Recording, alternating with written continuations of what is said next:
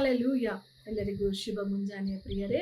ಈ ದಿನದ ದೇವರ ವಾಕ್ಯ ಇಬ್ರಿಯರಿಗೆ ಬರೆದಂತ ಪತ್ರಿಕೆ 13ನೇ ಅಧ್ಯಾಯದ 16ನೆಯ ವಾಕ್ಯ.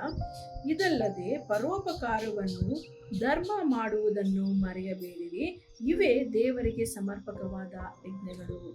ಹೌದು ಪ್ರಿಯರೇ, ನಮ್ಮ ಜೀವಿತದಲ್ಲಿ ದೇವರು ಮಾಡುವಂತಹ ಎಲ್ಲ ಉಪಕಾರಗಳಿಗೂ ಎಲ್ಲ ಆಶೀರ್ವಾದಗಳಿಗೂ ದೇವರ ಒಂದು ಉದ್ದೇಶವಿದೆ. ಆ ಒಂದು ಉದ್ದೇಶವೇನೆಂದರೆ, ನಾವು ಇನ್ನೊಬ್ಬರಿಗೆ ಪರೋಪಕಾರ ಅಂದರೆ ದೇವರಿಂದ ಹೊಂದಿಕೊಂಡಂತಹ ಆಶೀರ್ವಾದಗಳಾಗಿರಬಹುದು, ಉಪಕಾರವಾಗಿರಬಹುದು, ದೇವರಿಂದ ಹೊಂದಿಕೊಂಡಂತಹ ಒಳ್ಳೆಯ ಕಾರ್ಯಗಳಾಗಿರಬಹುದು, ಇವೆಲ್ಲವನ್ನು ಕೂಡ ನಾವು ಇನ್ನೊಬ್ಬರೊಟ್ಟಿಗೆ ಹಂಚಿಕೊಳ್ಳುವುದಕ್ಕಾಗಿ ಇರುವಂಥದ್ದಾಗಿದೆ ಪ್ರಿಯರೇ.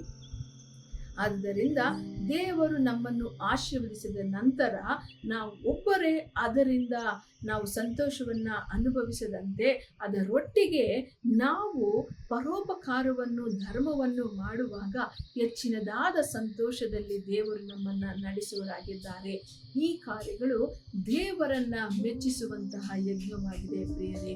ಆದುದರಿಂದ ನಮ್ಮ ಜೀವಿತದಲ್ಲಿ ನಾವು ಬೆಳೆದ ಹಾಗೆಯೇ ನಮ್ಮ ಪರೋಪಕಾರವು ಮತ್ತು ಇನ್ನೊಬ್ಬರಿಗೆ ಮಾಡುವಂತಹ ಧರ್ಮ ಕಾರ್ಯಗಳು ಕೂಡ, ನಾವು ಧರ್ಮ ಮಾಡುವುದನ್ನು ಕೂಡ ನಾವು ಬಿಟ್ಟು ಬಿಡದ ಹಾಗೆ, ಅದನ್ನ ಹೆಚ್ಚೆಚ್ಚಾಗಿ ನಾವು ಬೆಳೆದ ಹಾಗೆ ಅದನ್ನು ಕೂಡ ಬೆಳೆಸಿಕೊಂಡು ಹೋಗೋಣ.